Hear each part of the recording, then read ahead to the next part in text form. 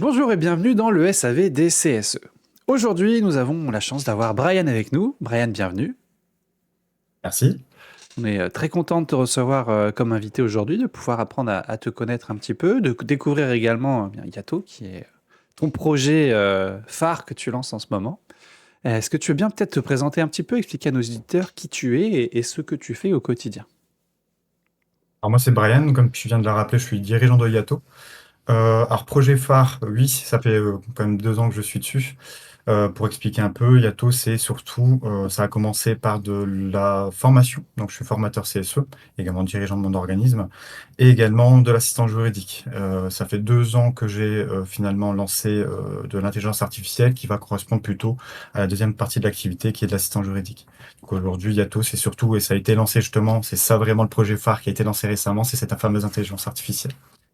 Et à côté, je commence également à faire un peu d'expertise pour des cabinets comptables, pour tout ce qui est consultation, orientation stratégique et notamment la consultation sur les comptes finalement de l'entreprise. Un sacré programme, si j'ose dire, hein, de tout gérer. Ça va? Tu arrives à jongler avec toutes ces casquettes sans trop de difficultés? Disons que 24 heures dans une journée, c'est plus assez. J'imagine, ouais. Et bah écoute, on va essayer d'éviter le burn-out et pas de te prendre trop de temps avec ce podcast en tout cas. Non, ça devrait aller. C'est justement, on va dire, ma bouffée d'oxygène de la journée. Oh, c'est vraiment très gentil, merci à toi, c'est très agréable. Pourtant, je t'ai fait te lever encore plus tôt pour qu'on enregistre ce podcast aujourd'hui. Non, il n'y a pas de souci, c'est l'heure à laquelle je me lève, donc. Ah bah, formidable, on va prendre le petit déj ensemble aujourd'hui. Du coup, ça te fait pas mal de clients différents à différents stades d'avancée, si j'ose dire, dans le monde du CSE, puisque tu peux faire face à des expertises, donc potentiellement déjà des climats sociaux tendus, des doutes sur les infos qu'on nous donne lors des consultations classiques. Tu peux avoir des élus, si j'ai bien compris le principe de ton IA, qui veulent plutôt être accompagnés pour s'assurer de bien faire les choses. Et puis tu peux avoir des élus qui, peut-être pas tous, mais beaucoup débutent et découvrent le CSE dans le cadre des formations. Est-ce que tu sens une différence entre les différentes typologies de tes trois grosses familles de clients du coup? Exactement. Si je commence par la formation, parce que généralement c'est, on va dire, le plus gros de mon activité, on a souvent des élus qui seront sur très souvent un premier voire un deuxième mandat où il n'y a pas eu forcément de formation. Donc ils sont plutôt sur de la découverte et ils vont pas venir mobiliser juste après la formation, ce qui est normal, tous les outils qu'ils ont à leur disposition. Donc on a plutôt des élus découvertes, hein, si je devrais leur donner une autre étiquette, même si parfois j'ai quand même des élus assez expérimentés qui ont pas mal de connaissances. Mais globalement, en formation, j'ai plutôt des élus découvertes qui vont plus ou moins mobiliser la formation après. Alors comment je le sais? Parce que généralement, quand je fais une formation, que ce soit en direct ou en sous-traitance pour un autre organisme, j'offre toujours un mois gratuit d'accompagnement. Parce que moi, mon but, c'est pas de dire je fais ma formation, tout est terminé. C'est je continue à accompagner. C'est là que je vois si les élus mobilisent ou non directement ce que j'aurai appris en formation. Donc on est plutôt sur de la découverte. J'essaie toujours de centrer la découverte, bien sûr, sur le contexte de l'entreprise. Donc là, j'ai quelques brides d'informations sur finalement le dialogue social, sur les pratiques. Mais généralement, on a surtout finalement, on va dire, un CSE de mise en place, du moins que j'ai en face de moi, que je leur explique qu'il faut mettre en place un plan d'action et y aller progressivement parce que tout mettre en place d'un coup, ce sera très compliqué, soit pour les élus, soit pour l'entreprise. Donc, ensuite, dans la partie assistance, j'ai très souvent la continuité. Pourquoi? Parce que les élus vont me prendre très souvent parce qu'ils m'ont connu en tant que formateur, soit en tant que formateur quand j'étais salarié, soit en tant que formateur quand je suis devenu finalement indépendant.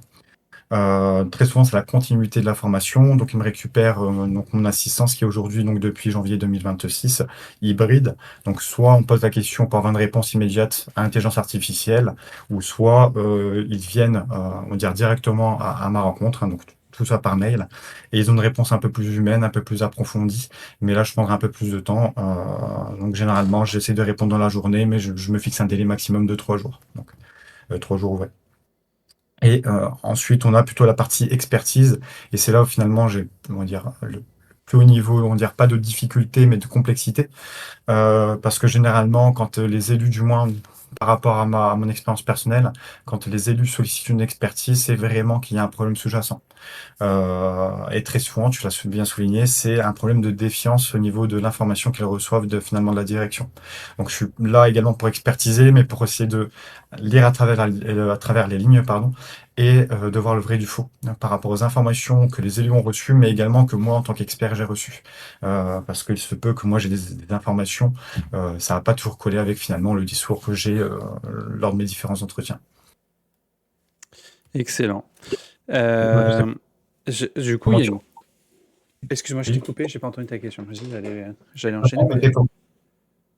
Comment toi tu ressens les élus, donc toi de ton côté au niveau de la formation, est-ce que toi tu es plutôt sur des élus également de découverte ou tu as des élus un peu plus expérimentés ou tu rentres un peu plus dans le vif du sujet? Majoritairement, j'ai l'impression qu'il y a beaucoup de nouveaux qui font les formations. Et la question que j'allais te poser justement était en lien avec ça. C'était où sont passés les anciens? Alors Euh, bonne question.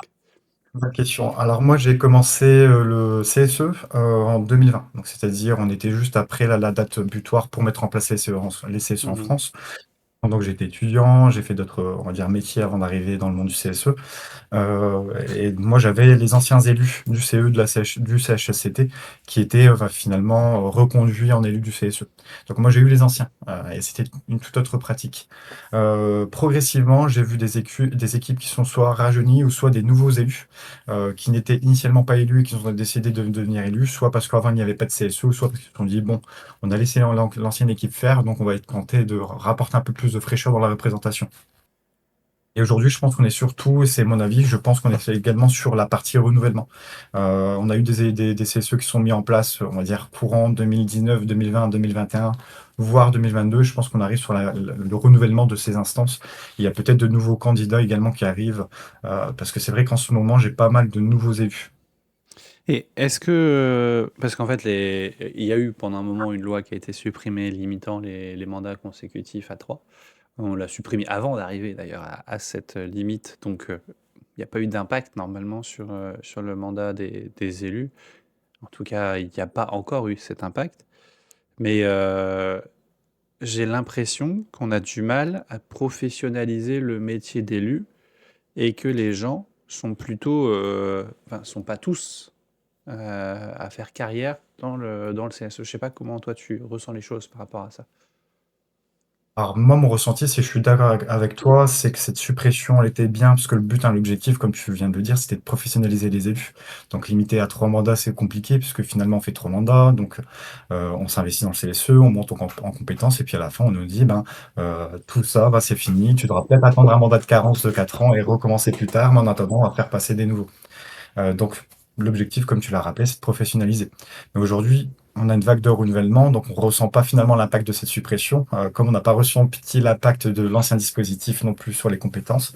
Mais moi, je pense que soit il y a du renouvellement qui empêche cette professionnalisation, mais également, je pense que c'est l'impression que j'ai, c'est que c'est pas toujours simple, après une formation, en fonction du contexte social, d'appliquer la formation. Donc, c'est pour ça également, moi, que j'insiste sur, finalement, sur je suis là encore un mois après la formation, n'hésitez pas à me poser des questions. Et que parfois, j'ai quelques élus qui viennent me contacter, donc après la formation, je leur réponds et je les relance et ça arrive 2 semaines après pour voir ce qu'ils ont fait de l'information. Je pense que c'est pas toujours simple de toujours mobiliser ce qu'ils apprennent. Et c'est pour ça que moi, je mets en place avec les élus des plans d'action, que je continue à les suivre après cette formation, que je la relance moi-même, sans que la relance vienne d'eux. Mhm. Donc Parce moi, je que pense qu'il y a également là. Oui. souvent, alors c'est ma théorie du moment, hein, mais j'ai divisé les membres du CSE dans 3 catégories. Tu Mhm. as ceux qui sont à fond. Genre, généralement, tu vas retrouver le trésorier, le secrétaire dedans, et puis un petit noyau dur. Et j'estime à Mhm. peu près un tiers du CSE qui est à fond, tu vois. Et ils ont tendance à faire toutes les missions. Ils ont soit très rapidement développé des compétences, soit c'est des anciens qui savaient déjà faire. Donc on s'appuie énormément sur eux. Et il y a une deuxième partie que je trouve un peu dommage, c'est des nouveaux, ou souvent des suppléants, qui découvrent le CSE, qui ont envie de faire, mais à qui on ne laisse pas forcément la main parce que c'est déjà bien fait par les autres. Et dans le cas des suppléants, parce qu'ils n'ont pas d'heure de délégation et qu'on ne leur donne pas toujours les moyens de faire. Puis après, tu as un autre tiers, je les appelle les invisibles. C'est ceux qu'on ne voit pas. Alors, soit ils sont venus parce qu'on a été les chercher pour compléter une liste, parce qu'il fallait que, mais en fait, ils savent pas trop pourquoi ils sont mis dans le CSE, ils ont pas la motivation. Et je pense que si on arrive à motiver le tiers du milieu qui est déjà motivé mais qui a pas les moyens forcément de faire, ça sera ensuite possible d'attirer le troisième tiers en disant ah, il y a de la lumière par ici, il se passe des choses sympas, je vais aller jeter un œil, je vais voir ce que je peux faire, tu vois. Je sais pas si tu as un peu cette analyse sur le public qu'on a en formation et ensuite dans les accompagnements après la formation aussi. Alors les profils, je les ai vus, comme tu viens de les décrire. J'avais jamais juste théorisé comme tu viens de le faire. Mais oui, ces personnes, quand tu m'en parles, je les vois en formation. C'est pour ça que moi, pour on va dire le deuxième tiers, donc le premier tiers, c'est ceux qui font généralement vivre la formation, vivre le CSE. Encore là, il y a pas longtemps, j'étais en formation sur Paris, donc ça a très bien passé. Le secrétaire faisait parmi de ce premier tiers qui est très à fond, on va dire. Mhm. Et étant en réunion CSE la veille, ils étudiaient finalement un peu les documents et pendant les 2 jours, donc par chance, j'étais pas en formation, donc j'avais on va dire, une certaine réactivité dans mes réponses. C'était du tac au tac et je voyais que finalement, ils mobilisaient la formation, ils me posaient des questions un peu plus précises. Euh, Par exemple, qu'est-ce qu'il y a, c'est quoi le texte, sur quoi tu te bases pour nous avoir dit ça, ce genre de choses. Je pense qu'ils étaient vraiment intéressés. Mais ça m'est déjà arrivé d'avoir des élus qui étaient à fond, mais qui, au bout d'un mandat ou deux, commencent à en avoir marre et finalement disent, ben voilà, je me représente plus. Ça c'est déjà arrivé. Le problème, c'est que j'ai peur que ce premier tiers également commence à se fatiguer en faisant Mhm. tout. Ça m'est déjà arrivé sur quelques élus. J'ai notamment en tête une élue qui était trésorière, qui a fait 2 mandats. Troisième mandat, pas de renouvellement. Pareil, un élu qui était secrétaire donc dans les Hauts-de-France, pareil, 2, 3 mandats. Et au bout de 2, 3 mandats, il s'est dit, j'en ai assez, je m'arrête ici. Donc ça arrive, ça existe. Moi, j'ai juste peur pour ce premier tiers, c'est que s'ils font vivre le CSE, mais j'ai peur aussi qu'ils se fatiguent. Le deuxième tiers, donc, comme tu l'as très bien souligné, c'est les suppléants. Je suis d'accord avec toi sur cette analyse. Moi, c'est pour ça que j'insiste en formation CSE sur la règle de suppléance, d'expliquer que les suppléants ne sont pas que là pour remplacer uniquement en réunion, ils peuvent également remplacer en dehors des réunions. Mais attention, je rappelle, en dehors des réunions, il n'y a pas, on va dire, de moment euh, très tranché, très clé. Là, on se dit, bah voilà, à ce moment-là, il y a le remplacement. Pourquoi il y a la fameuse règle qui dit que la suspension du contrat, sauf exception, n'emporte pas automatiquement la suspension du mandat. Donc, quand on est en dehors des réunions et qu'il faut se faire remplacer, ben, il faut l'acter. C'est un peu ce que j'explique. Mhm. Et si vous ne l'actez pas, ben, à aucun moment, le suppléant pourra récupérer vos ordres de délégation et agir en tant que titulaire remplaçant. Donc ça, j'insiste dessus, c'est qu'il faut bien acter en dehors des réunions le moment où vous voulez vous faire remplacer par votre suppléant. Le troisième point, j'insiste, c'est de dire qu'il faut mobiliser le plus possible les suppléants. Pourquoi? Parce que les suppléants d'aujourd'hui sont les titulaires de demain. C'est toujours ce que je dis. Donc, si vous leur donnez pas la chance de monter en compétence aujourd'hui, ce sera très compliqué pour eux finalement de s'investir dans le CSE plus tard. Donc je rappelle également que le Code du travail dit qu'en principe, on va dire, les missions du CSE sont sur les ordres de délégation, mais par exception, sur certains points précis, il y a une exception, c'est du temps de travail, il n'y a pas besoin d'ordre de délégation. Donc par exemple, toute situation d'urgence, toute recherche de mesures préventives sur des situations d'urgence et de gravité se fait sur le temps de travail. Donc c'est tout ce qui est en lien finalement avec tout ce qui est danger grave imminent, alerte pour danger grave imminent. J'explique, bah là par exemple, le suppléant, techniquement, on n'a pas besoin d'ordre de délégation. Et j'explique également Les que enquêtes pour accidents graves, je crois aussi.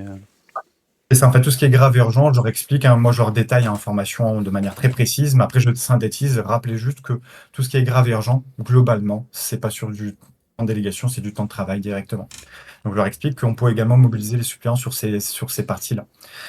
Mais également qu'il est possible de donner des heures aux suppléants. Donc moi, en fait, j'essaye de faire vraiment des suppléants, des leviers. Pourquoi? Parce que, un, si j'arrive pas à les mobiliser en formation, ce sera très compliqué de les garder jusqu'au bout. Mais deux, le but, c'est comme j'ai dit, c'est de les faire pratiquer, puisque pour moi, une formation sans pratique, c'est très compliqué.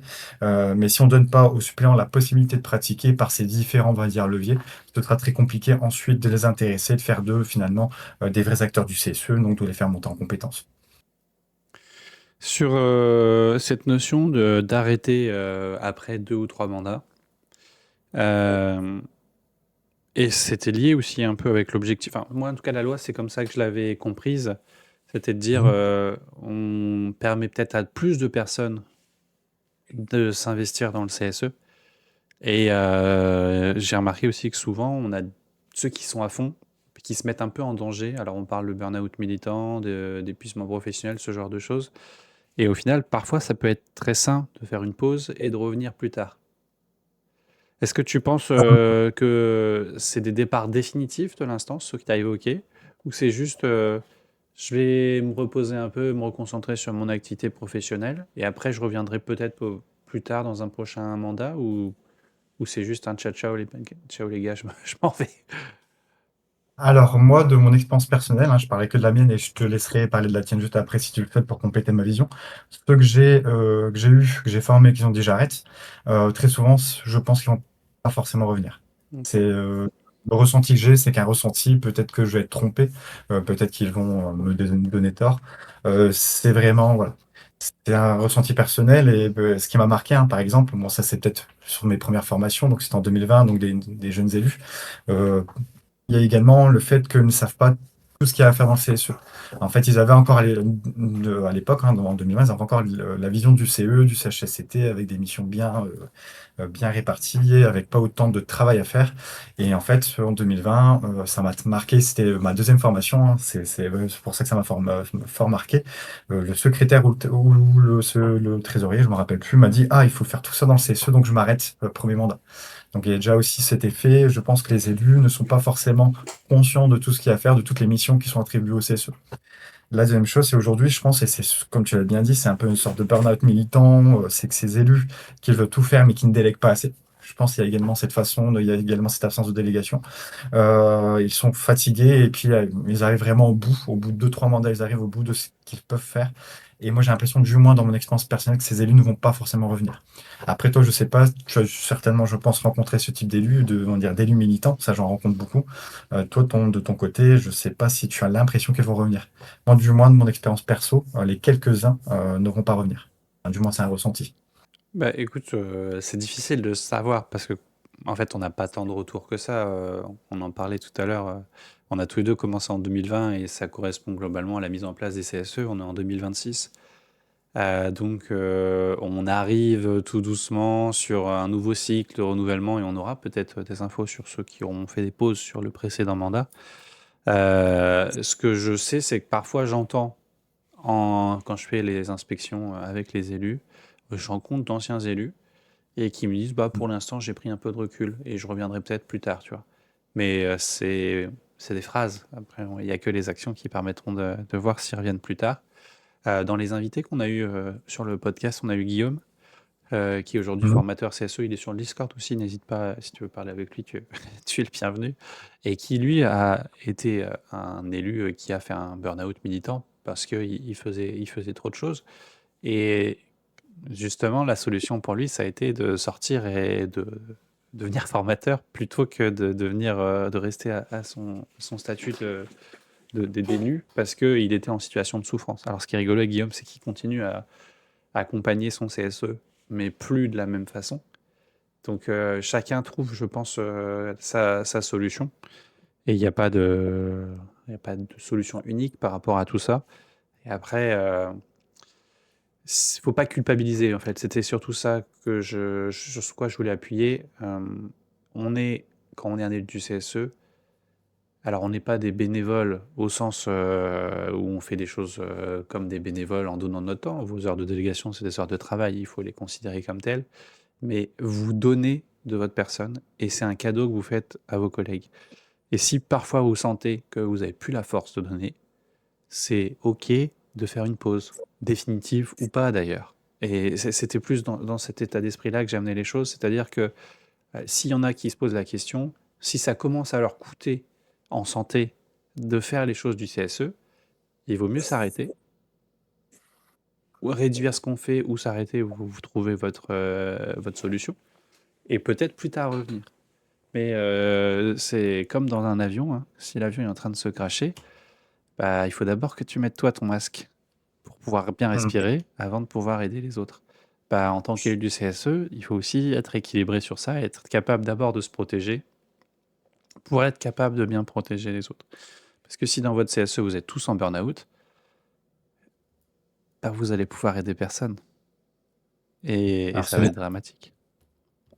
c'est une belle image, je la reprendrai en formation. J'aime bien cette idée de finalement apprendre à respirer toi-même, protège-toi avant de protéger les autres. C'est vrai que je ne l'avais pas et je pense que je la reprendrai peut-être dans mon discours en formation. Donc je te remercie pour Je cette belle l'ai, image. je l'ai pas inventé sans discuter avec quelqu'un et c'est la beauté de notre métier. On apprend des uns des autres et c'est ça qui est super chouette.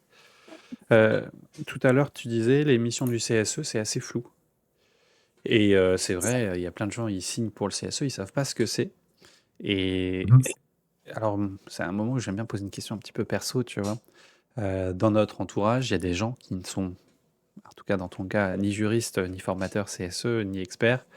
Et ce qu'on fait, enfin, ils comprennent pas trop. Du coup, comment t'expliques ton métier à des gens qui ne pratiquent pas le CSE et qui ne sont pas au courant de ce que c'est une expertise, qui ne sont pas au courant des formations CSE, enfin, tu vois, comment tu expliques ça de façon simple à des gens qui ne sont pas dans notre secteur d'activité? Alors moi, ça va être particulier. C'est parce que j'ai embrassé plusieurs domaines hein, avant de devenir spécialiste du CSE. Et moi, il me voit plutôt comme, donc dans mon entourage, un peu l'avocat de la famille. Alors, je rappelle très souvent que je ne suis pas avocat, qu'on a deux métiers différents, même si on est tous les deux des juristes. Hein, finalement, c'est juste que l'avocat a des fonctions, mais surtout a des monopoles que moi, je n'ai pas. Donc, dans mon entourage, c'est un peu particulier. Et surtout, moi, ils me prennent pour surtout du côté plutôt assistant juridique, mon entourage, en expliquant, bon, voilà, bah, Brian est juriste, donc pour lui poser des questions.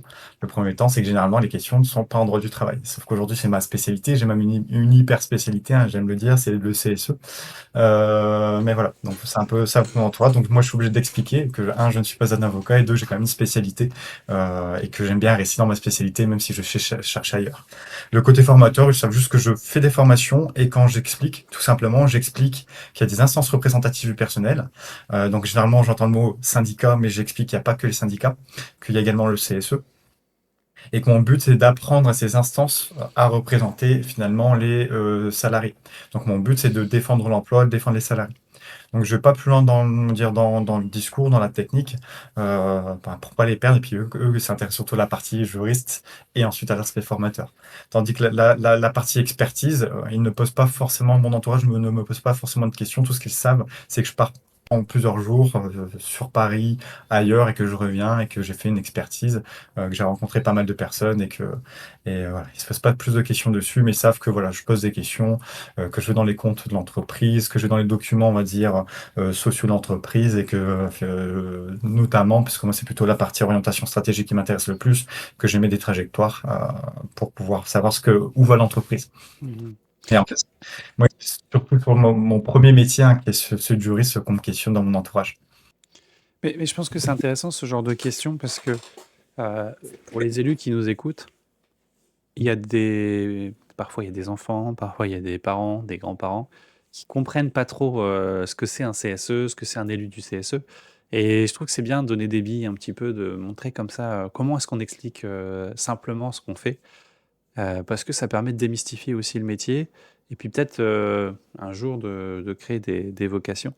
Je discutais avec Nathalie, qui est une autre invitée de ce podcast, et qui m'expliquait que elle, dans sa famille, c'était des anciens représentants du personnel et qu'en fait, elle était née dans le syndicat, le CSE, tout ça, et que du coup, c'était naturel pour elle de faire tout ça. Et c'est rigolo, du coup, de voir que bah, peut-être que c'est les discussions des parents il y a 20, 30 ans qui ont façonné peut-être les envies professionnelles des enfants et qui derrière les amènent dans les trajectoires qu'on connaît et qu'on parcourt aujourd'hui. C'est intéressant ce que tu dis, parce que moi, justement, ma trajectoire a été façonnée par mon expérience. Alors, moi, c'est par mon expérience, pas par ce que j'ai pu entendre. Et justement, c'est vrai que on en parle un peu plus, ça pourrait façonner éventuellement des vocations. Euh, mais bon, généralement, c'est quand on vient me poser une question, quand j'en parle, c'est plutôt, on va dire, du litige très personnel, enfin du problème très personnel, soit en droit du travail, soit pas en droit du travail. C'est trois quarts du temps, c'est pas en droit du travail quand on me questionne. Mais c'est très personnel, mais c'est vrai que j'ai jamais pensé au fait que je pourrais éventuellement, si j'explique un peu plus mon métier, donner un peu plus finalement de vocation. Mais toi, de ton côté, je sais pas quand on te questionne, qu'est-ce que tu réponds justement pour répondre simplement, qu'est-ce que tu fais? Alors moi, c'est rigolo, et à tous mes amis et familles qui regardent peut-être ce podcast, je ne suis pas un formateur SST, je ne fais pas du secourisme. À chaque fois, j'ai le droit à ça. Des fois, alors tu fais toujours du secourisme? Non, non, ça fait 6 ans que je ne fais pas ça, mais c'est pas grave. Je ne fais pas de l'habilitation électrique non plus. Non, non, c'est SSCT, c'est pas sauveteur secouriste du travail, c'est santé, sécurité, conditions de travail. Ce que j'explique souvent, je fais le parallèle avec les délégués de classe dans les écoles. D'accord. Et l'analogie fonctionne assez bien parce que, bah, en fait, la plupart de mon entourage a soit eu des enfants, soit a été enfant dans ce contexte où il y avait des délégués et du coup, ça leur parle. Et je leur dis, bah, c'est pareil dans les entreprises, et puis ils ont des missions par rapport à la sécurité, et mon boulot, c'est d'expliquer ces missions-là. Mais bon, je suis pas sûr que mon explication est bonne, puisque quelques mois plus tard, on me demande comment se passent mes formations secouristes, tu vois.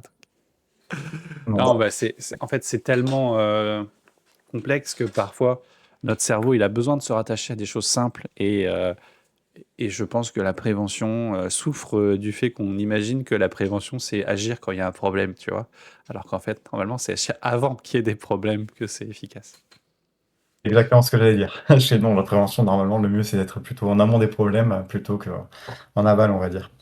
Et je suis tout à fait d'accord avec toi. Moi, j'ai un cousin, à chaque fois que je le vois, il me parle de Brian, qui a fait des études d'avocat, alors que je lui explique qu'en fait, il n'y a pas de cursus spécifique. Il y a bien un concours, il y a bien ensuite plusieurs années on va dire en école, mais il y a pas d'études spécifiques. Mais à chaque fois, j'ai le droit, ah, Brian a fait des études d'avocat. Alors que finalement, je ne suis pas du tout avocat. Et justement, dans mes premiers métiers, j'étais plutôt clerc de notaire, donc rien à voir avec l'avocature. Et du coup, ça m'entraîne une question. Ton hyper spécialisation CSE, comment Oui. est-ce que c'est arrivé parce que j'imagine qu'à 6 ans, tu te disais pas ah bah moi plus tard, je vais être juriste spécialisé dans le CSE. Enfin, tu vois, c'est pas des choses qu'on voit. Alors non, je me posais pas du tout cette question. Alors pourquoi? Parce que déjà à l'époque, quand j'étais à la fac de droit, bah, comme tout le monde, hein, je voulais devenir avocat. J'ai fait quelques stages, ça ne m'a pas forcément Du plu, coup, parce ton que je cousin a trouvais que raison. alors en fait, je disais que je faisais du droit, mais que j'avais testé. Donc j'ai fait pas mal de stages, mais ça m'a pas plu. Pourquoi? Parce que finalement, je trouvais que, il y avait beaucoup d'investissement chez les avocats, il y avait très peu de rétribution et il y a un mauvais équilibre, vie privée, vie professionnelle. Et moi, j'étais déjà à l'époque en train de chercher cet équilibre. Même si aujourd'hui, malheureusement, j'ai toujours pas trouvé parce que je travaille énormément. Mais voilà, donc déjà, même quand j'étais étudiant, je cherchais un peu cet équilibre. Donc j'ai fait pas mal d'essais à droite à gauche. Donc j'ai essayé principalement les avocats. J'ai testé également un peu la magistrature, un peu les huissiers qu'on appelle aujourd'hui commissaires de justice. J'ai fait quelques jours également donc dans d'autres professions et finalement j'ai commencé en tant que clerc de notaire. Il n'y avait pas eu de stage vraiment à proprement parler. C'était plutôt par une opportunité parce que j'ai eu un parcours un peu particulier. Hein, si je devais un peu vous expliquer, enfin t'expliquer rapidement le parcours. Initialement, j'étais pas orienté droit. Initialement, j'étais orienté sciences. Il faut savoir que j'étais un petit scientifique quand j'étais plus jeune. Mes matières de prédilection, c'était vraiment la science, donc la SVT, la physique, chimie, ce genre de choses. On va dire, j'étais un peu un premier de classe dans ces matières. Et moi, j'étais très, très scientifique parce que j'ai toujours aimé découvrir. T'as fait un bac S, j'imagine. Alors non, justement, je vais expliquer mon parcours qui est très particulier. Donc j'étais, comme j'ai dit, un premier de classe, on va dire, dans les matières scientifiques.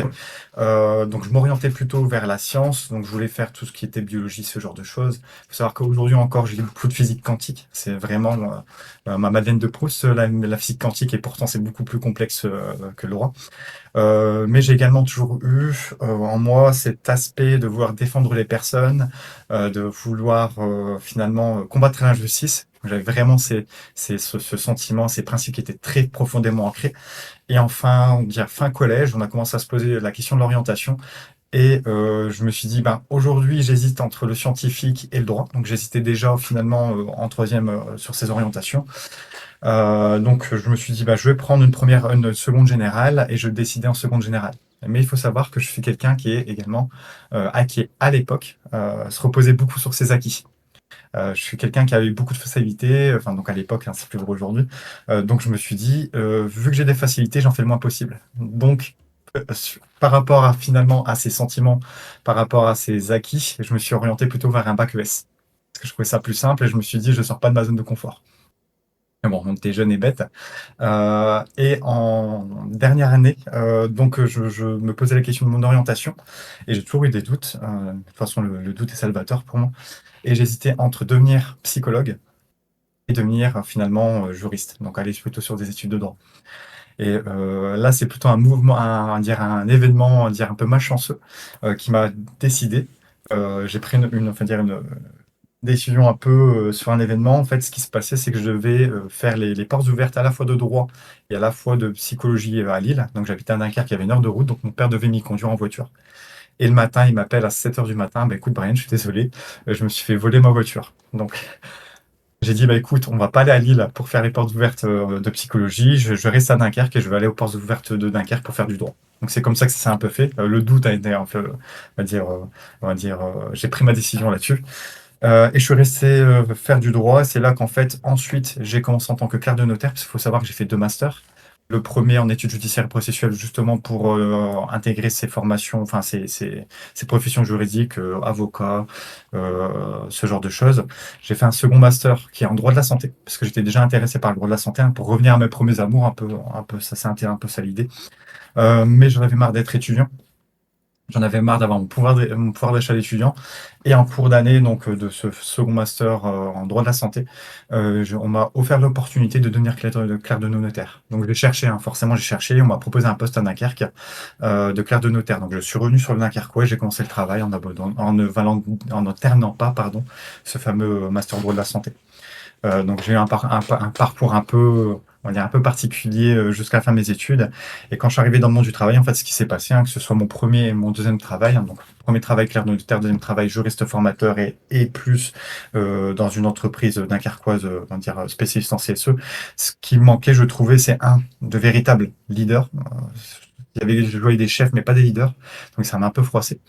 Deux, c'est ce qui manquait, c'est une véritable représentation, une véritable conscience des conditions de travail. Parce que dans mon premier travail, il n'y avait pas de conditions de travail, pour faire simple.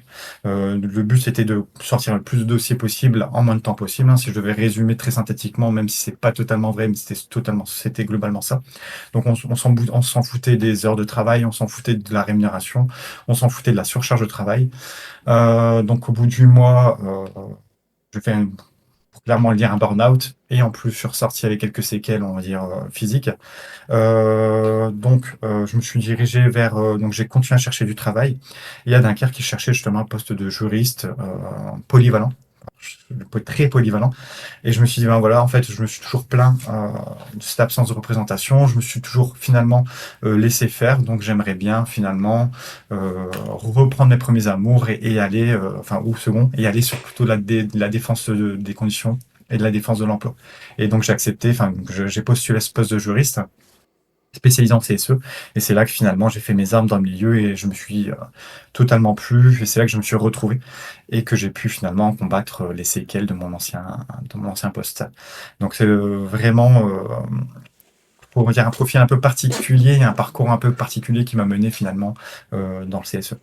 Et donc second poste, pareil, en fait, j'étais là pour aider les élus CSE, mais de mon côté, au niveau de conditions de travail, c'était top parce qu'on avait une bonne ambiance de travail, mais ça s'arrêtait là. Il y avait pas finalement, on s'intéressait pas à toutes les conditions de travail. C'est un peu ça. Et je me suis dit, bon, ça faisait 2 ans, 3 ans que je disais, ce serait bien d'avoir une vraie politique RH, ce serait bien de mettre en place ce qu'il faut, quoi, finalement.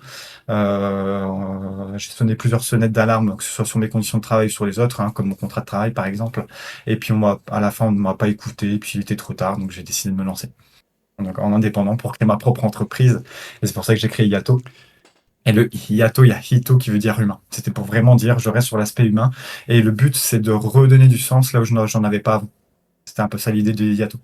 Et maintenant, tu es le seul responsable de ta surcharge de travail et tes heures que tu fais. Je ne peux pas m'en plaindre. Il n'y a personne qui me donne des ordres. Bien sûr, j'ai des contraintes, hein, qui ne sont plus les mêmes. En fait, cette liberté de choisir, elle compense beaucoup la surcharge de travail que je m'impose.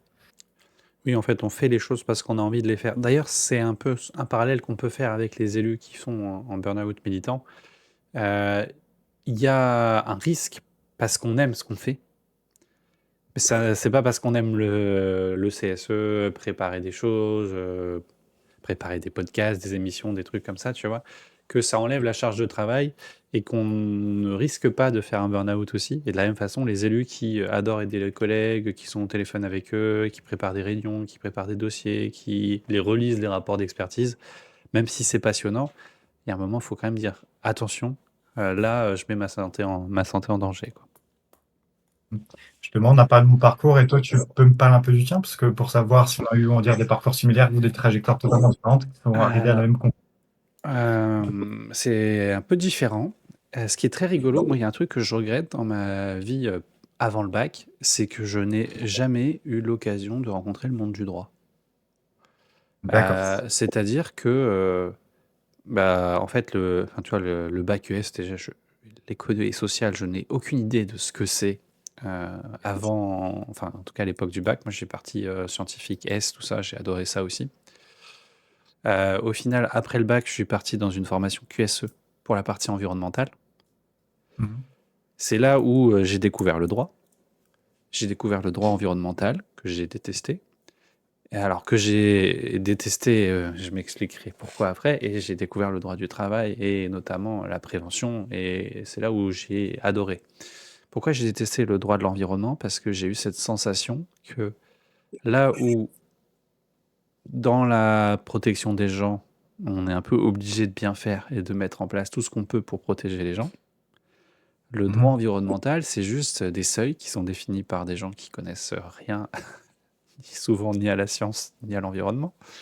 Et en gros, qui votent une loi, et puis si la loi elle dit cette année vous pouvez polluer à 100, bah, l'entreprise elle va polluer à 100. Et si ça lui coûterait un peu plus cher de polluer à 10, elle le fera pas jusqu'à ce qu'elle soit obligée de le faire. Alors c'est pas vrai pour toutes les entreprises, il y a des entreprises qui sont vertueuses et des entreprises qui font plus d'efforts, mais dans le système capitaliste dans lequel on vit, l'objectif c'est quand même d'atteindre une certaine rentabilité. Et ça m'a écœuré de l'environnement. Et du coup, bah, j'ai pas du tout accroché avec cette partie-là.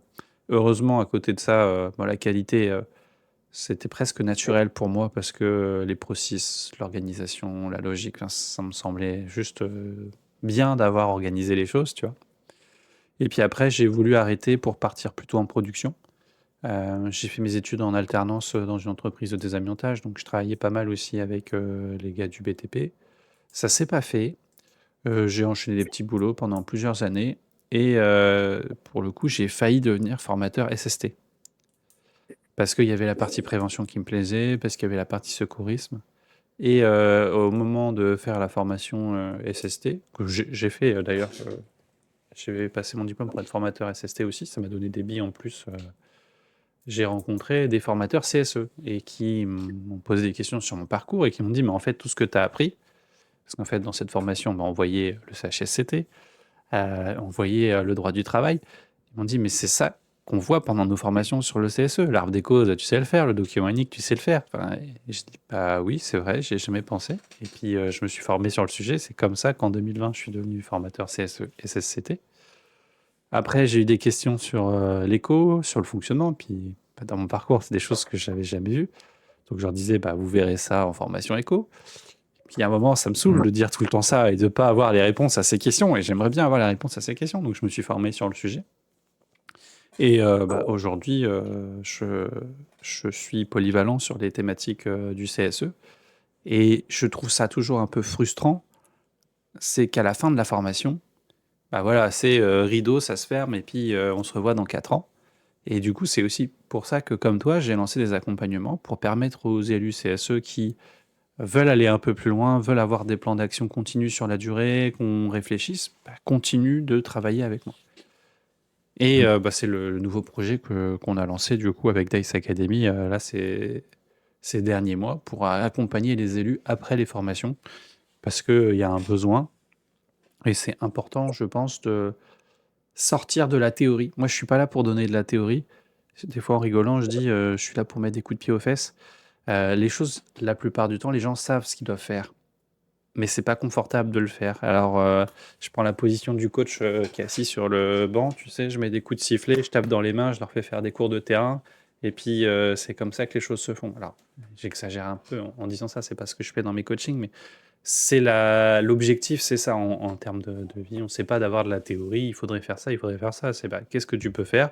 Bah, pourquoi tu le fais pas? Bah, fais-le. Si on arrive à ça, bah, on aura des CSE qui seront beaucoup plus cohérent en tout cas avec nos images du dialogue social et pas juste des CSE qui se posent en victime ou qui se posent en bourreau contre la direction, contre la méchante direction qu'il faut dégommer parce qu'il faut les dégommer, c'est comme ça qu'on existe, ou alors bah, de toute façon on peut rien faire. Bah, si vous faites ça, c'est un peu à cause de votre posture déjà que ça fonctionnera pas dans votre CSE. J'en profite pour rebondir sur ce que tu as dit, justement, je suis tout à fait d'accord avec toi. Faire une formation, la renouveler 4 ans après, c'est toujours un peu compliqué. Donc c'est pour ça que c'est suivi, comme tu les commences à les mettre en place, comme moi je les ai déjà mis en place, mais ça s'arrête à un mois. Ils sont très importants. Et c'était justement l'objet d'une discussion que j'ai eue avec l'inspection du travail quand j'ai repassé les agréments, parce que je les ai repassés quand j'étais salarié, donc j'ai dû les repasser quand j'ai monté mon propre organisme.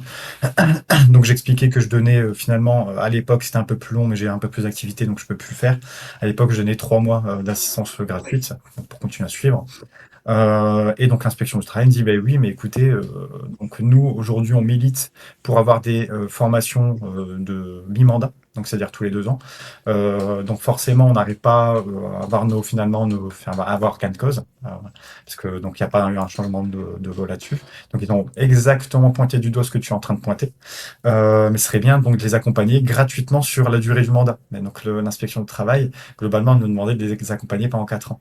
Je trouve ça va être très compliqué parce qu'il y a une question de temps, mais il y a une question d'investissement. Donc j'ai dit, moi, je pouvais pas augmenter plus.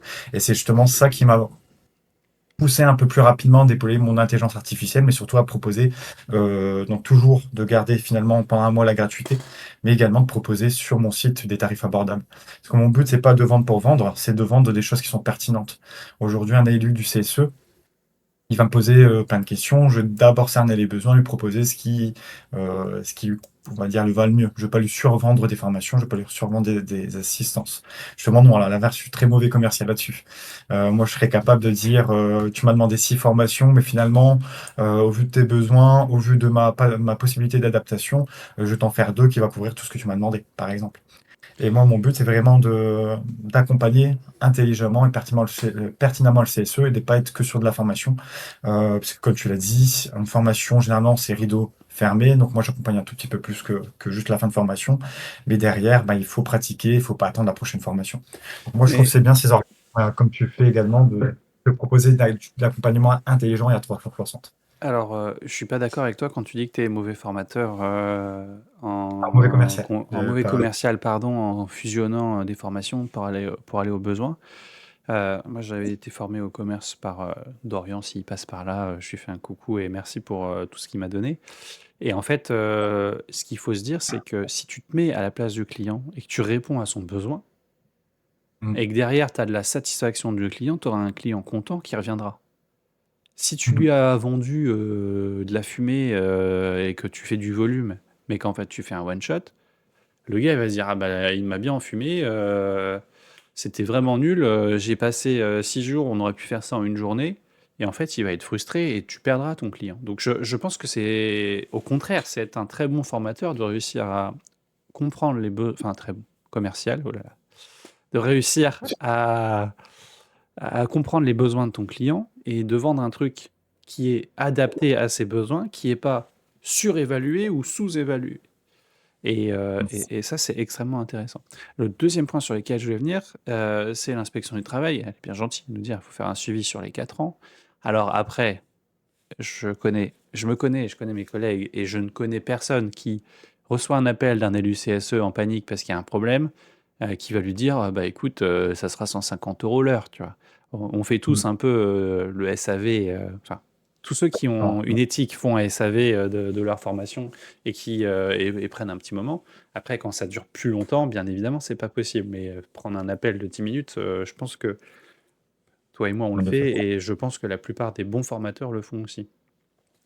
Et le faire de façon officielle sur 4 ans, gratuitement, c'est impossible. Des fois, ça me fait rigoler parce que tu te rends compte qu'il y a des gens qui sont dans des instances décisionnaires qui n'ont aucune notion du fonctionnement des entreprises.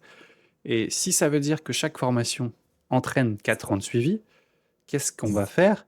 Bah, en fait, on va juste exploser les coûts des formations obligatoires C'est exactement ce que j'allais dire. Donc, pour couvrir le fait que pendant 4 ans, tu vas devoir bah, faire un suivi. Et ça sera extrêmement injuste parce qu'en fait, aujourd'hui, bah, tu te rends compte que sur toutes les entreprises, il y en a plein qui sont très confort avec c'est bon, j'ai fait la formation, je vais faire deux, trois petits trucs à droite à gauche et je vais m'arrêter là. Et du coup, ces entreprises-là vont payer très cher pour des prestations qu'elles n'utiliseront pas. Et je pense que c'est important d'avoir une certaine volonté de bien faire les choses pour être sûr que ça soit bénéfique pour toi et pas juste Ah bah oui, j'ai des sous, je peux les dépenser. Bah, je les dépense, hein, ça sera utile. Ah bah, même peut-être toi, tu vois ça un peu parfois. Ah bah, vous faites une assistance juridique, ah bah c'est génial, on a besoin d'une assistance juridique. Ah bah, on a besoin d'un avocat, bah on paye. Ah bah, on a besoin d'une formation, bah pourquoi? Bah, je sais pas. Vous faites des formations? Ouais, bah, qu'est-ce que vous pouvez nous proposer? Mais c'est nul. Ça répond pas à leurs besoins, ça répond pas à des problèmes. Et c'est juste de l'argent qui est mal investi. Alors, tant mieux parce que ça permet peut-être à des gens de récupérer cet argent et d'en vivre. Mais pour le CSE et pour les salariés, bah, c'est très dommage parce que c'est un peu gaspillé. J'aimerais bien, qu'on prenne un petit peu de temps de parler de ton intelligence artificielle. Je dis ça parce que le temps court et il ne reste plus tant de temps que ça dans ce podcast et bah, ça serait quand même cool que tu aies l'occasion de présenter un peu plus ce projet qui est assez sympa et puis, je te poserai des petites questions pour challenger des trucs parce que tu vois, j'aime bien challenger mes invités aussi. Alors, l'intelligence artificielle, c'est un peu le deuxième volet de Yato, hein, parce qu'il y a Hito qui est humain en japonais, ça j'ai oublié de préciser dire la source de l'étymologie. Donc, comme j'ai dit, pourquoi Yato? Parce que je voulais remettre du sens là où j'en trouvais pas, moi, quand j'étais salarié. En fait, c'est vraiment, pour moi, Yato, c'est une quête de sens avant tout. Et comme j'ai dit, en fait, j'ai toujours une âme de scientifique. Donc j'ai adoré donc autant la biologie, mais autant la nouvelle technologie.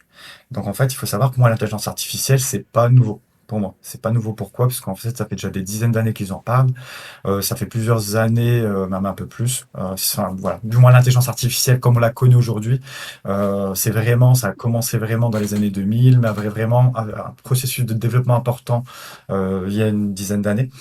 Donc je connaissais un peu finalement la technologie sans la connaître. Genre j'en entendais déjà parler. Et moi j'avais toujours cet aspect de temps. Il y a beaucoup de personnes qui posaient des questions, voilà, dans mon entourage. Voilà, je me suis dit ce serait bien d'avoir une plateforme qui répond à la question aux questions à ma place. Donc j'avais envisagé avant même d'envisager l'intelligence artificielle d'autres, on va dire d'autres processus. Et quand j'ai commencé à avoir ChatGPT, dans les années un peu là où ça a pris un peu de l'engouement 2000, 2020, 2021. Donc là, c'est vraiment lancement sans que ça soit vraiment connu du grand public. Je me dis, c'est pas mal en fait ce qu'on en fait aujourd'hui de cette intelligence artificielle qui était, on va dire, auparavant un peu plus complexe à mettre en place.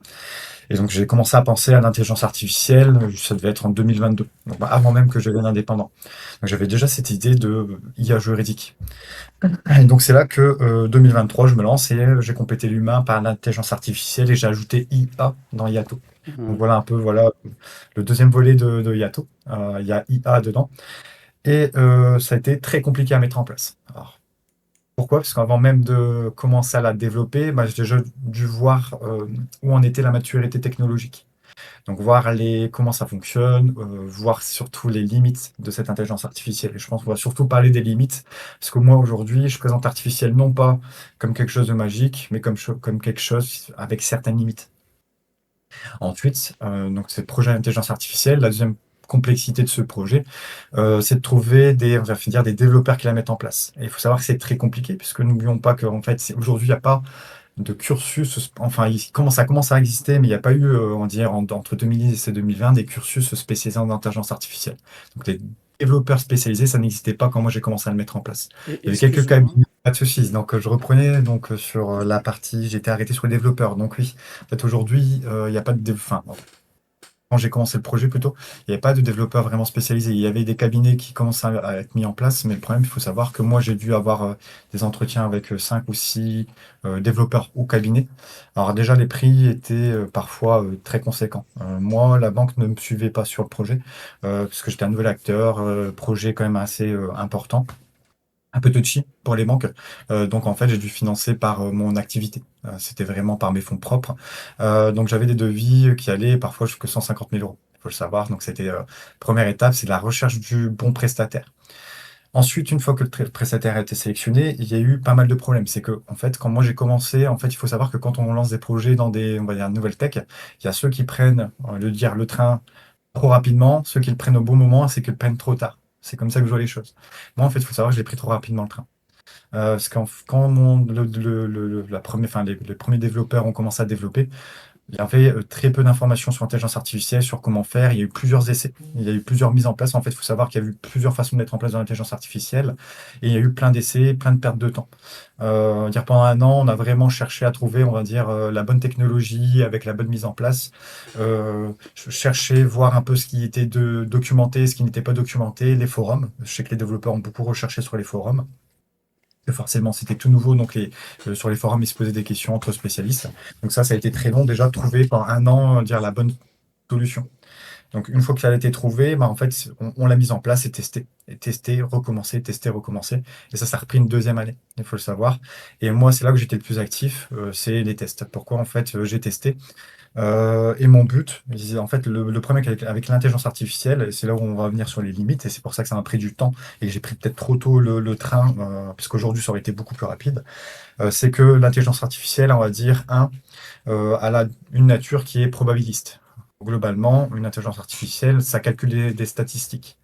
Donc on n'aura pas toujours la même réponse. Pourquoi? Parce qu'il y aura un calcul de probabilité, de statistiques. Globalement, en fonction des réglages, on aura une réponse plus ou moins statistique, plus ou moins probabiliste. Voilà, Mhm. je synthétise, hein. C'est vraiment du global, puisque si je rentrais dans le sujet, beaucoup de spécialistes me diraient, Brian, tu n'es pas précis sur ce que tu dis.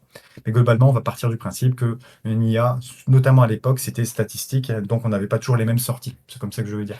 Si je faisais la même question, en fonction de l'étape, j'avais pas toujours la même réponse. Donc moi, mon but dans un premier temps, c'était de trouver les bonnes règles, les les bons réglages, pardon, pour stabiliser au plus possible la sortie, pour avoir une sortie la plus, on va dire, identique en fonction de la durée, en fonction du moment où je la pose je pose la question dans la journée, ce genre de choses. Il y a beaucoup de facteurs qui influencent finalement la sortie. La deuxième chose, et c'est surtout ça mon plus gros problème, c'est le phénomène d'hallucination. Il faut savoir que les intelligences artificielles hallucinent, c'est-à-dire qu'elles inventent de l'information. Donc c'est un très gros problème, notamment dans notre domaine, hein, enfin, surtout le domaine juridique. Moi, mon but a été de fiabiliser le processus. Donc, il faut savoir, donc on a beaucoup testé, j'ai beaucoup réglé. De mon côté, j'ai demandé beaucoup de réglages au niveau du développement également, parce que je ne pouvais pas tout faire. Il y a eu beaucoup de recommencements. Il y a des étapes, j'ai mis 3 mois à les mettre en place et finalement on a dit on abandonne. Donc ça a été très long de fiabiliser. Pourquoi? Puisque mon but, que ce soit dans la formation, que ce soit dans l'assistance juridique, c'est de fiabiliser ma réponse. Et donc, en fait, c'était un peu contre nature dans le domaine, c'était fiabiliser la réponse d'une IA, c'était un peu compliqué. Donc, en fait, on a mis en place la première équipe et la deuxième équipe, puisqu'il y a eu deux équipes dessus, pas mal de processus. On est encore dessus, mais c'était fiabilisé.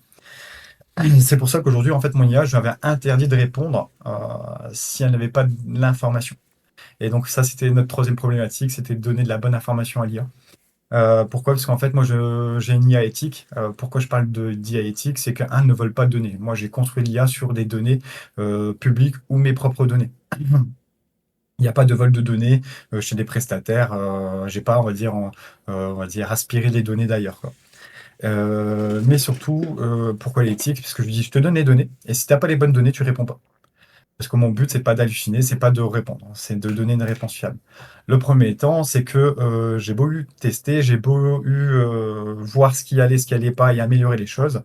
C'est qu'il y a une fois, j'ai eu un test d'un client, il a posé une question, une seule question, et il n'a pas répondu. Donc c'est bien, c'est ce que je lui demande, mais derrière, le client était frustré, donc j'ai dû trouver d'autres façons de fiabiliser, de donner plus d'informations et de faire en sorte que finalement, on va dire, desserrer un tout petit peu les verrous que j'y ai mis, parce que c'est, je pense, trop rigide pour l'expérience que j'appellerais utilisateur. Donc aujourd'hui, l'IA aura des moments où elle va répondre, et quand elle ne sait pas, soit elle ne répond pas parce qu'elle n'a pas du tout d'informations, ou soit elle répond, mais elle dit attention, cette partie-là est à faire vérifier. Donc, mon but, c'est pas de donner une IA touche à tout, c'est de donner une IA, un, ce qui est spécialisé, et deux, qui est fiabilisé. C'est ça qui est important, et en plus éthique, parce que j'ai pas été volé les données à droite à gauche, mais surtout, moi, je pense que si je veux être éthique et si je veux fiabiliser, je peux pas aller chercher de la donnée ailleurs. Pourquoi? Parce que c'est pas de la donnée que j'aurais vérifiée. Et il faut savoir que moi, la donnée que j'implémente, je l'enrichis moi-même avec ma propre vision. Donc c'est pour ça également que voilà, un peu les spécificités de mon intelligence artificielle. Donc, si je comprends bien, tu as rendu fiable ton IA en lui interdisant de répondre en sortant des données que tu lui as données. Alors ça, c'est une partie du processus qui a été la plus simple. Il faut le savoir, c'est une partie du processus. Après, je peux pas dévoiler, on va dire, les secrets du magicien, mais globalement, il y a eu pas mal de processus dans l'IA et hors IA qui ont été mis en place. C'est pas, en fait, il faut savoir que c'est une machine. Hein. C'est pas juste un modèle qui reçoit de la donnée et qui répond. Non, c'est toute une machinerie qui est mise en place pour répondre. C'est pas juste une IA. Donc il y a eu tout un processus interne qui est un peu, on va dire, secret de production, hein, qui a Mais été mis en place. Ouais. me parle pas des secrets de production, c'est pas le sens de ma question, c'est plus d'un point de vue pratique et des questions que peuvent se poser les élus pour utiliser ce genre d'outils. Les données que je vais taper dans ton IA, ou les Ouais. documents que je vais lui transmettre, qu'est-ce qu'elles deviennent? Comment je m'assure que ces données restent fiables, protégées et qu'elles ne sont pas envoyées chez n'importe qui, n'importe où, tu vois? Alors tout simplement, aujourd'hui, mon IA ne reçoit pas de données, parce que pourquoi mon IA, c'est vraiment question-réponse, aujourd'hui. Pourquoi? Parce que c'est la première étape. Donc la première étape, c'est déjà, on va traiter juste une requête et donner une réponse. Donc les seules données que reçoit l'IA, c'est les informations dans la question. Oui, mais dans ma Là, question, je peux te donner des infos sur mon entreprise, sur mes comptes, tu vois, ça peut être plein enfin, dans une phrase, je peux mettre quand même des données qui sont confidentielles. alors non, parce que mon IA, elle sert pas à ça. Elle sert vraiment à poser, tu poses une question juridique, tu donnes une réponse. Je demande du contexte, mais l'IA ne va pas retenir plus que le contexte qui est finalement pertinent. Parce qu'en fait, la question est retraitée, parce qu'il faut savoir qu'elle va pas utiliser la question brute, et la question en soi, elle n'est pas intelligible directement, soit pour l'intelligence artificielle qui va la traiter. Donc elle va prendre la question, la retraiter et exclure tout ce qui est confidentiel. Alors, mais surtout, dans tous les cas, moi je demande, c'est dans le disclaimer qu'il y a sur mon site, c'est que de toute façon, vos données personnelles aujourd'hui, au stade où on en est avec mon intelligence artificielle, elles servent à rien. Pourquoi? Parce elle est pas destinée à traiter cette IA, cette donnée. Vous, c'est plutôt poser des questions. Ben voilà, question un peu que j'utilisais moi en question test. Je suis élu du CSE. Euh, j'ai étudié des ordres de délégation. Mon employeur ne souhaite pas me payer. Est-ce qu'il est en droit? Tu vois, cette question, elle sera traitée, il n'y a pas de données personnelles. Après, Mhm. aujourd'hui, on va poser des questions. Si je précise pas que je suis élu du CSE, elle va poser la question, quel est votre mandat? Pourquoi? Parce que les textes ne sont pas les mêmes. Et en fait, moi, ça a été plutôt dans le sens, j'ai pas besoin de données personnelles pour vous répondre, parce que c'est pas le but de l'IA. Le but de l'IA, c'est un complément du juriste humain. En fait, moi, ce que je propose, c'est pas juste une IA, juste un juriste humain, c'est l'alliance des deux. Donc, ce qu'on appelle, moi, ce que j'appellerais une assistance hybride. C'est dans un premier temps, vous avez une question simple, vous avez besoin d'une réponse rapide, vous la posez à l'IA. Si vous avez besoin de quelque chose de plus approfondi, vous pouvez toujours contacter votre juriste humain. C'est pour ça que moi, mes abonnements, sauf l'abonnement qui est gratuit, hein, parce qu'il y a également une partie gratuite, dès le premier niveau d'abonnement, on peut déjà poser une question au juriste humain. En fait, je ne dissocie pas l'un de l'autre. Pour deux raisons. Un, ben, je viens de le dire, question de données personnelles. Les données personnelles sont plutôt traitées par moi dans l'approfondissement. Deux, question de finalement, il n'y a rien de plus, je veux dire juste, il n'y a rien de plus humain, il n'y a rien de plus fiable qu'une personne humaine. Aujourd'hui, l'intelligence artificielle, c'est beau, mais elle a ses limites. Et aujourd'hui, on ne peut pas dire je remplace un juriste, je remplace un avocat, c'est impossible. Et même si un jour, techniquement, c'était possible, je ne le recommanderais pas, parce qu'il faut toujours cet aspect humain. Donc en fait, alors, je reviens sur la question de la donnée personnelle. Aujourd'hui, normalement, vous ne donnez pas de données personnelles à Yato. Pardon. Et si c'est fait, de toute façon, la question est retraitée pour exclure les données personnelles. Et ensuite, elle est envoyée dans le processus. Et à la fin, on n'a que la réponse, qui ne contient pas non plus de données personnelles. Et il faut savoir qu'aujourd'hui, les seules données que j'ai, généralement, c'est nom, prénom, adresse mail, et quand on est pro, également, nombre de salariés dans l'entreprise. C'est les seules infos que j'ai à ma disposition, question d'RGPD finalement. Donc globalement, je suis pas, mon IA ne traite pas les données personnelles, ne devrait pas traiter de données personnelles, et quand elle reçoit des données personnelles, elle les exclut. Donc pour éviter justement un traitement par la suite. Il n'y a que moi qui peux aujourd'hui, qui est habilité, aller voir les conversations, aller voir comment ça s'est passé, pour deux raisons. Un, comme je dis, je ne dissocie pas le juriste humain de l'IA. Donc si je vois que l'intelligence artificielle n'a pas répondu ou a répondu à côté, ben moi je reprends le relais. Donc c'est pour, on va dire, combler, on va dire, les limites technologiques. Et deux, en fait, c'est de voir si à un moment il y a un problème. C'est que moi, je vois tout ce qui s'est passé en machinerie. C'est de voir comment, à mon niveau, je peux régler ce que je peux régler pour éviter que le problème revienne à nouveau. Et si c'est pas à mon niveau, c'est de contacter un développeur pour voir ce qu'on peut améliorer. Ok. Voilà, donc la question de données personnelles, en fait, elle n'est pas normalement initialement dans le service, dans le sens où normalement, c'est juste de la question-réponse au niveau de l'intelligence artificielle. La donnée perso, c'est plutôt moi qui la traite, enfin, du moins de la donnée sensible, au sens des RGPD. Et si c'est fait, de toute façon, il y a une exclusion dès la première étape, puisqu'il y a une reformulation. Ok.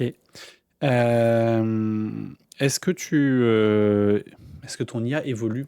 Aujourd'hui, presque toutes les semaines, on a la nouvelle IA qui va faire changer le monde. Est-ce que tu as des modèles qui sont évolutifs ou est-ce que tu gardes le même? Et si tu gardes le même, est-ce que tu n'as pas peur qu'un jour ton modèle soit un peu obsolète? Alors, oui, non. Alors, pourquoi oui, non? Oui, pourquoi? Parce que moi, je peux changer le même modèle. J'ai une batterie de modèles, parce qu'il faut savoir que quand on développe de l'intelligence artificielle, aujourd'hui, initialement, j'avais fait le choix de développer la Made in Yato, mais sauf que c'était impossible d'un point de vue financement, c'était un peu impossible d'un point de vue données. Il n'y a pas assez de data aujourd'hui publiquement disponible pour entraîner une intelligence artificielle Made in Yato, on va dire.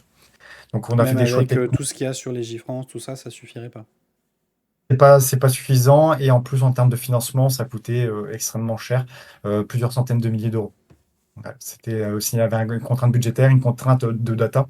Si j'avais voulu créer une intelligence artificielle entraînée spécialement sur de la data juridique, et en plus, on va dire, vraiment made in Yato, un peu comme on va dire le chat avec Mistral en France, ça aurait coûté trop cher, il n'y aurait pas eu assez de données, et j'aurais dû aller, c'est là qu'elle serait devenue moins éthique, et j'aurais dû aller siffler, finalement siphonner, pardon, la data ailleurs, c'est-à-dire aller voler de la donnée.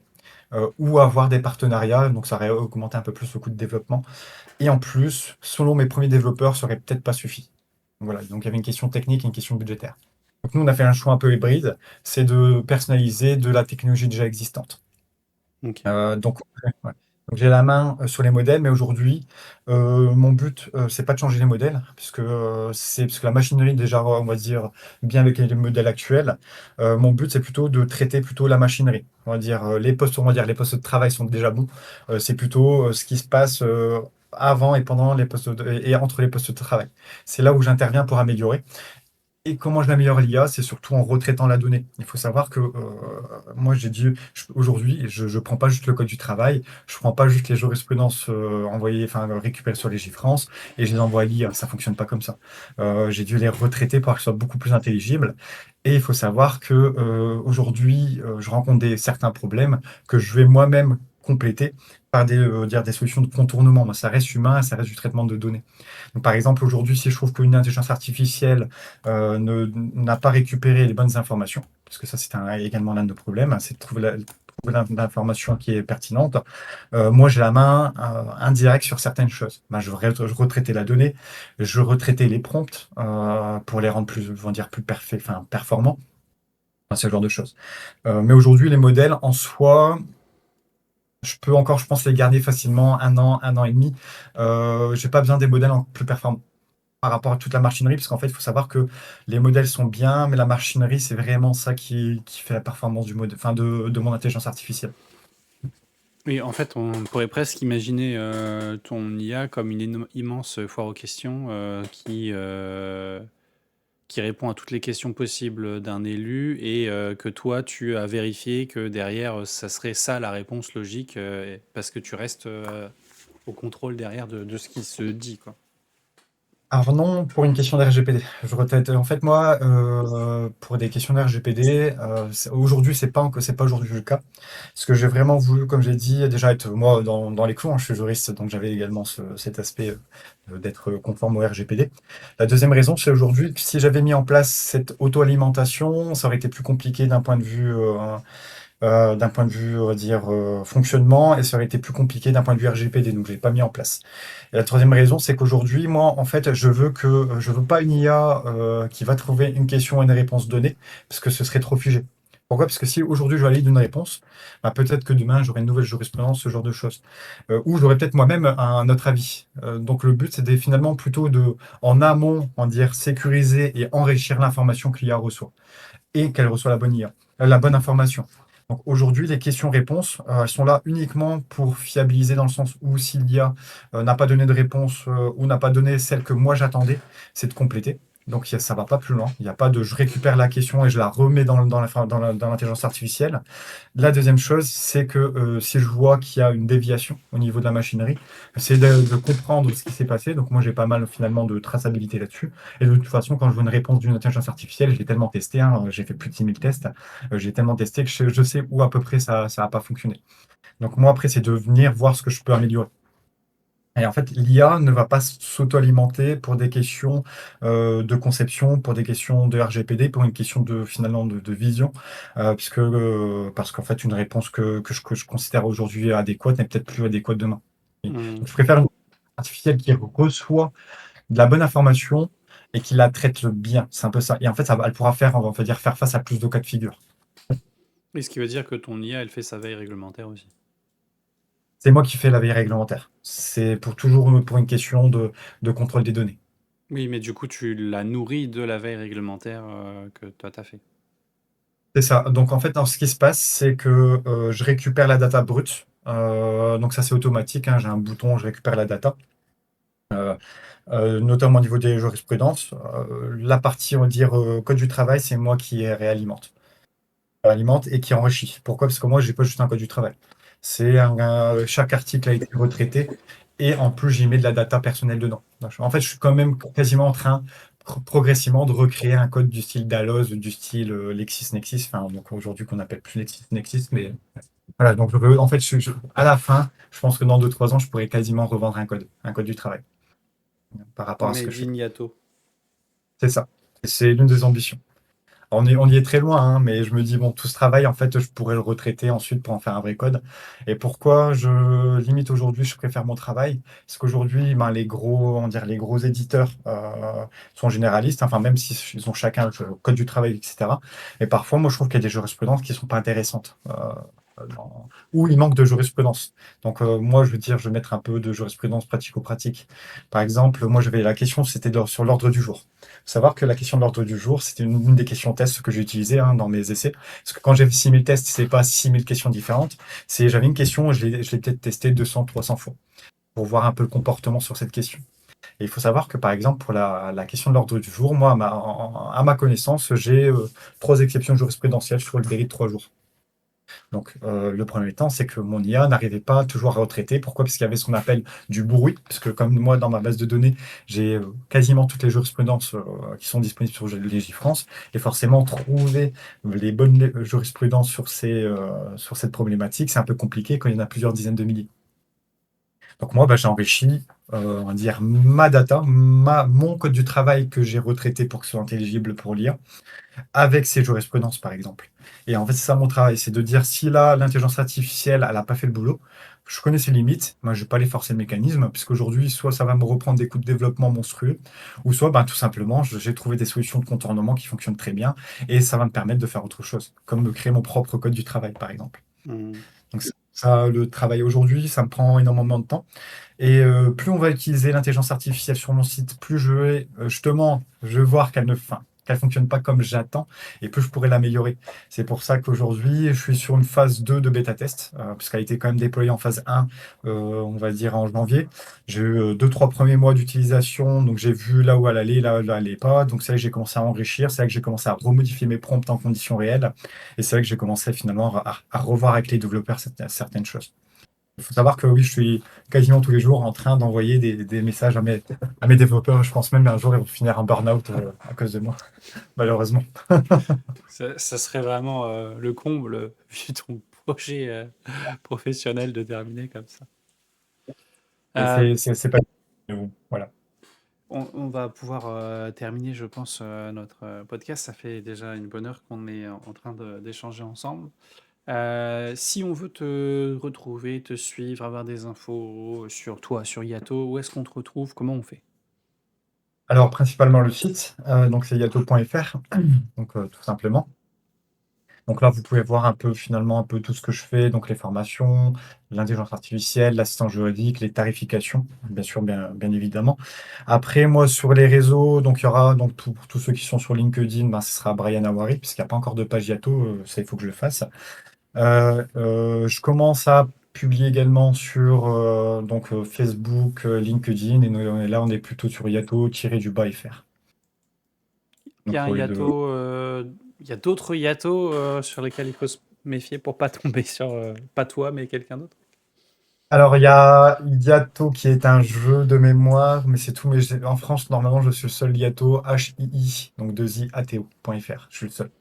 Ouais, du coup, c'est l'IA au cœur de l'humain, si je reprends un peu l'étymologie de ce que tu nous as. Parce que c'est Ito, si j'ai bien compris, c'est l'humain, et l'IA, tu l'as mis au milieu de.